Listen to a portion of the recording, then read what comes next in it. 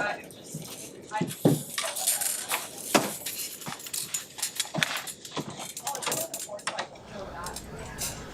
Questions for Coach? Andy was just talking about how second set wasn't the 6-2 problem, it was more of a serve-receive issue too. How do you kind of assess what happened during the second set? Yeah, I mean, passing broke down and a little bit, and just thought we just got complacent. But yeah, I thought Campbell and Allie had a nice game today and came in and made a difference when they could, the ways that they can.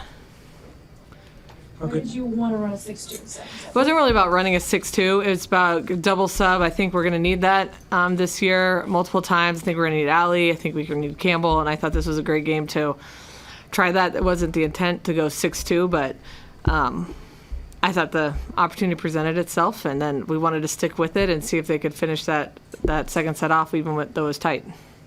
Outside where you see the middle blockers exploit the game plan and kind of take advantage of those that blocks. was great. You know, we talked about that being a big part of the game plan, and you know, even though we got aced a bunch, it was like perfect pass or ace. When we passed well, we were executing the game plan, and the middles took advantage, and that was huge. They both had huge nights. Hey, Coach. I asked Rebecca what has made you all so effective to get 3 sweeps in a row, and she mentioned something about the coaches cleaning up the game plan in the scouting report. Can you give some insight to maybe what you've changed the past couple matches versus the start of the season? Well, you know, the beginning of the season, you don't really have film on teams, or you have very little, and teams are playing different opponents. And so now that there's, you know, 4 weeks, 5 weeks of film, you can have a better game plan. And I think we've just spent more time on it because we have more information. So I don't really talk about it's cleaning it up. It's just getting more information and using it. And then we are working on it a little bit more in practice than we were in the preseason. In the preseason, you're also trying to learn about yourself so much. You don't necessarily have the time, or you don't want to put the effort towards opponents because you're trying to figure out yourself.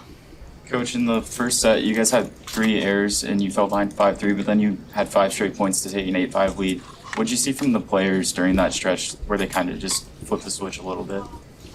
Yeah, I don't really remember if there was an exact turning point. I think we just cleaned it up, and I don't even know who scored those points. So I think it's just probably a good turning point for us, and knew we wanted to take control of that game. When you're in system, what makes Andy so tough to stop hitting? Andy's so athletic, and she's so fast off the ground. It's probably the biggest thing. She's fast off the ground. She has a fast arm. So both those things are pretty dynamic. And unless the opponent is going to 100% commit with her, she's probably going to have a poorly formed block. So again, she's a weapon, and I just think her speed makes her so unique. Rebecca had a career high hitting percentage today. How have you seen her grow offensively in your short time here? Just confidence, wanting the ball in big moments, wanting the ball no matter where it is, whether it's behind the setter or in front of the setter. So I think that gives a lot of confidence to our setters to get her the ball. And she's gotten so much smarter also. You know, if it's not a great set, she's making great decisions. So that, you know, today didn't feel like an anomaly to me. It felt like normal Rebecca. And again, the game plan was to get the middles going. Any more questions?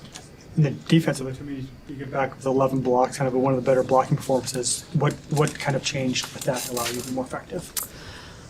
You know, just thought our timing was better, but yeah, again, a lot of times it's opponents and how they play when it comes to blocking. And you know, Maryland brought the fight to us from the service line and attacking wise. So they didn't tip. We had thought they would tip a little bit more, which they didn't. They were swinging away. So, and then I thought our technique was very good today, and that starts with communication. All right, thank you all.